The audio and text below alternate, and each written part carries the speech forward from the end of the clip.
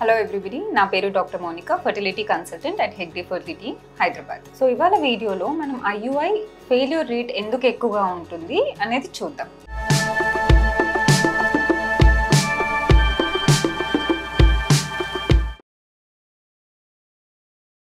So basically IUI అంటే ఏంటి? Intrauterine insemination.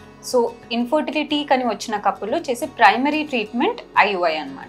So ఇది ఆల్మోస్ట్ న్యాచురల్గా మనం చేసే ట్రీట్మెంట్. దీంట్లో ఒక ఎగ్ని మనం గ్రో చేస్తాము, 1 లేదా 2 ఎగ్స్ని గ్రో చేస్తాం.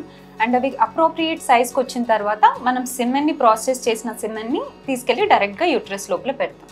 సో వీటిలో అడ్వాంటేజ్ ఏంటంటే, ఒకటి మనం సిమెన్ని డైరెక్ట్గా ట్యూబ్స్కి దగ్గరగా పెడతాం.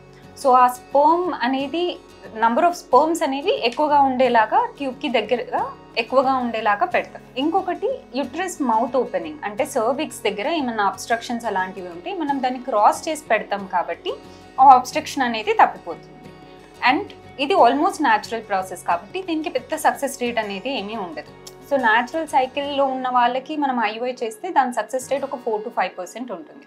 అలాగే మనం కొన్ని ఇంజెక్షన్స్ లేదా టాబ్లెట్స్ పెట్టి కరెక్ట్గా మానిటర్ చేసుకుంటూ కరెక్ట్ ఎగ్ డెవలప్ అయినప్పుడు మనం సిమెన్ని యూట్రస్ లోపల పెడితే దాని సక్సెస్ రేట్ ఒక 8 to 12% మాత్రమే ఉంటుంది. సో ఈ సక్సెస్ రేట్ అనేది ఎందుకు తక్కువ ఉంది అండ్ ఆల్సో ఫెయిల్యూర్ ఎందుకు అవుతుంది అనేది చూద్దాం. సో ఫస్ట్ థింగ్, ఎగ్ అనేది ఒకసారి డెవలప్ అయిన తర్వాత అది రిలీజ్ అయ్యే టైంకి ట్యూబ్స్ వాటిని పికప్ చేయాలి. పికప్ చేసుకొని వచ్చి ట్యూబ్లో పెట్టుకుంటుంది. అలాగే స్పర్మ్ ఒకసారి మనం యూట్రస్ లోపల పెట్టిన తర్వాత ఆ స్పర్మ్ కదులుకుంటూ వెళ్ళి ఆ ఓవరీని మీట్ అవ్వాలి. సో ఫస్ట్ ప్రాసెస్లో అసలు ఈ ట్యూబ్ అనేది ఆ ఎగ్ని పికప్ చేస్తుందా లేదా అనేది మనకు తెలియదు. మనం స్కాన్స్లో ఓన్లీ ఎగ్ రిలీజ్ అవుతుందా లేదా, అంటే ఓవ్యులేషన్ అవుతుందా లేదా అన్నది మాత్రమే చూస్తాం. బట్ ఎగ్ అని ఆ మైక్రోస్కోపిక్ థింగ్ ఉందా లేదా అనేది మనం స్కాన్లో చూడలేము. అండ్ ఆల్సో ఒకవేళ ఆ ఎగ్ రిలీజ్ అయినా ఆ ట్యూబ్స్ వాటిని పికప్ చేసుకుంటున్నాయా లేదా అని డిటర్మైన్ చేయడానికి ఏ టెస్ట్ ఉండదు. It is just an assumption that okay egg release అయింది అండ్ ట్యూబ్ పికప్ చేసుకుంది అని మనం అజంప్షన్లో మాత్రమే ఉంటుంది. సో వన్స్ పికప్ చేసుకున్న తర్వాత ఈ స్పర్మ్ వెళ్ళి కలవాలి. మనకి ఈ స్పర్మ్కి అంత కెపాసిటీ ఉందా లేదా అనేది కూడా మనం డిటర్మైన్ చేయలేము. సో ఈ స్పర్మ్ వెళ్ళి ఎగ్ని కలిసిందా లేదా, అండ్ ఎగ్ని కలిసిన తర్వాత అక్కడ ఫర్టిలైజేషన్ జరిగి పిండం అనేది ఫామ్ అవ్వాలి. సో ఈ పిండం ఫామ్ అయిందా లేదా అనేది కూడా మనం 100% చెప్పలేం. సో ఓకే, ఒకవేళ పిండం తయారైన తర్వాత అది తిరిగి వచ్చి యూట్రస్ లోపల కూర్చోవాలి. సో ఆ యూట్రస్ లోపల వరకు వస్తుందా లేదా అన్నది కూడా మనం ఏ ప్రాసెస్లోనూ చూడలేము దాన్ని.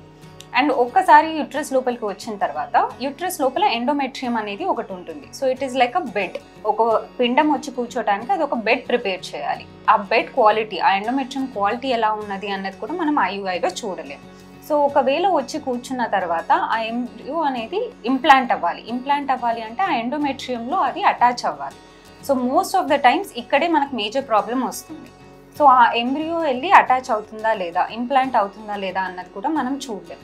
So it is all a blind procedure. It is a natural procedure almost. Just మనం ఎగ్ రిలీజ్ అయ్యే టైంకి సిమెన్ని మాత్రం లోపల పెడతాం అండ్ ఒక పర్టికులర్ డేన మనం యూరిన్ ప్రెగ్నెన్సీ టెస్ట్ చేస్తాం.